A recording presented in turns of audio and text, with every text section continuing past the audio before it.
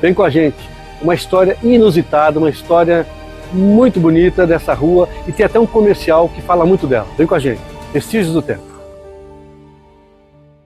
Hoje estamos aqui, diante de umas ruas mais antigas e preservadas aqui da Inglaterra, da época medieval.